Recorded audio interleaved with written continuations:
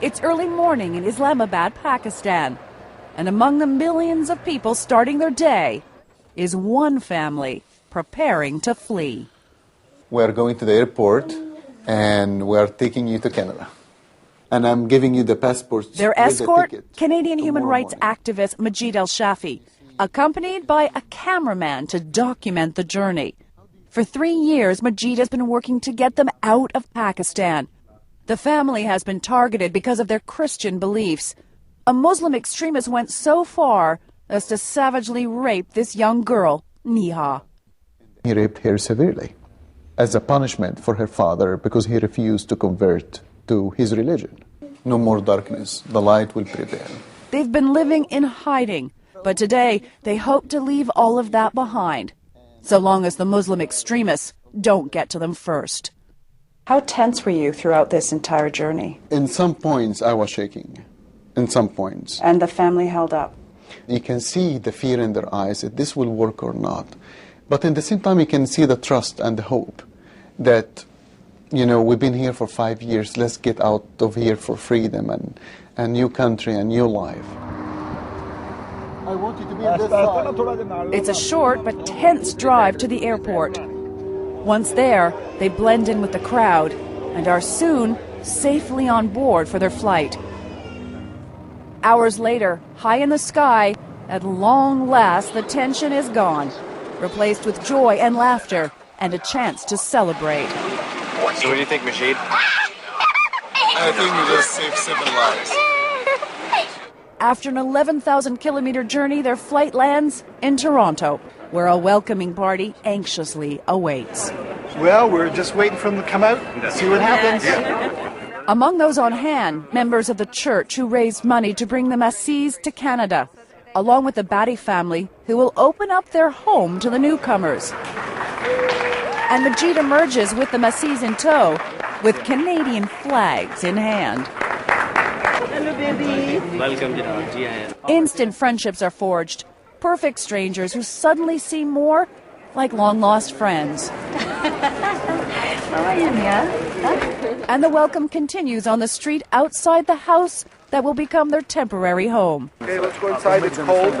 It's just days before Christmas, and before the family has even had a chance to take their coats off. A prayer. Thank you, Almighty God, for that we succeed to reach our goals and bring this family home safe and sound, Almighty God. An overwhelming, exhausting, and life-changing day. Time for rest. And an even bigger reception still to come. But first, the family needs to stock up. They need winter clothes, and thanks to donations from a local church, they can afford to buy them.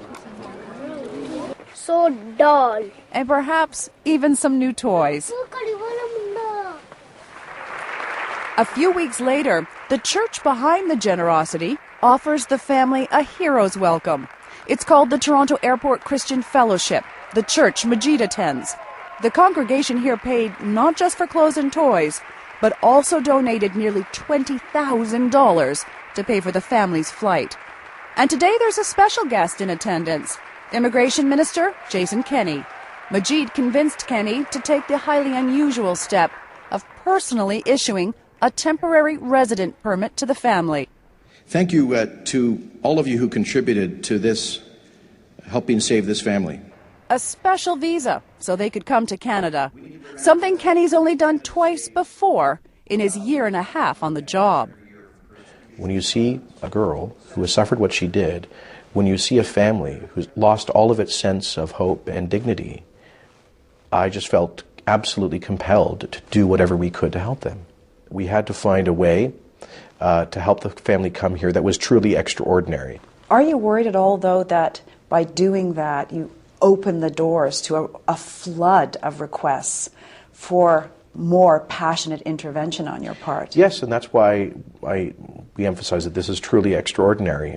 We can't go into every country in the world in every unjust situation and sort of, metaphorically speaking, airlift people to Canada. It's not within our capacity to do that. But when there are extraordinary cases that come to our attention, where we can, working through back channels, help to extract someone who may be facing danger. We've been willing to consider that on a case-by-case basis. I'm here today to discuss with you 3 countries. Majed first pleaded Neha's case to Kenny and other politicians back in June 2008 when he spoke before a parliamentary subcommittee on human rights. Pakistan is the worst country when it comes to the crime of rape. Majid's presentation was so compelling that Kenny soon gave him the go-ahead to bring the family to Canada. I had confidence in the people in charge of this operation that they would make it work. The person in charge, of course, was Majed, a man who freely admits he bends the rules to get things done. You have used some very unusual means to help people, haven't you?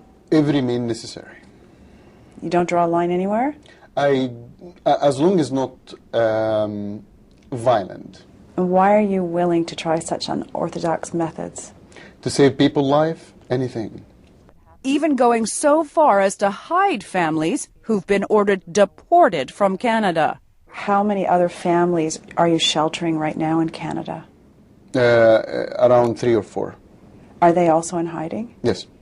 Because you're afraid they'll be sent back to Pakistan? That's correct. Do you condone others who are in Canada hiding, taking underground, families who have been ordered to leave? Look, the government of Canada obviously has responsibility to enforce our laws. I will just say, as a general statement, we encourage everyone to obviously comply with the law. Everything is fine? Yes. Good? Okay, super. You're settling in, okay? Good. Complying with the law. The Masih family certainly intends to do just that. That's why they're meeting with an immigration lawyer, looking to ensure their stay in Canada becomes permanent. And what I decided would be the best one is to apply under humanitarian and compassionate grounds. The immigration process could take years. In the meantime, the family is settling in, getting their pictures taken for their permanent residency application. Good. Thank you. And the church has even provided Munir with a job, doing cleaning and maintenance. We are very grateful to the church, and we're grateful to the Canadian population and to the country for bringing us to Canada. We love Canada. What does Neha think of Canada? She loves it. She's grinning from cheek to cheek. What's more, she's getting the medical care she needs. Hello. Hello, Neha. After 5 operations back home in Pakistan, Neha is now seeing a doctor in Toronto. Does it hurt when I press? No. No pain. Any pain here? No.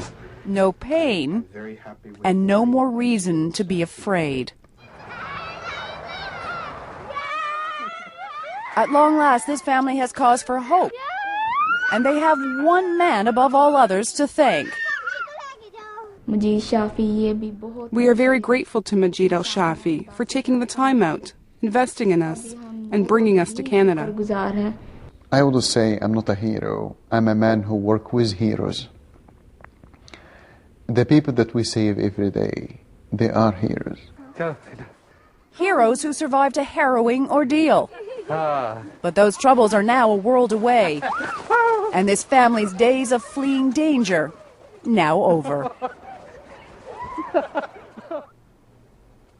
Now that Neha and her family are safe in Canada, their next step is to get permanent residency status, which their lawyer expects to proceed without a hitch.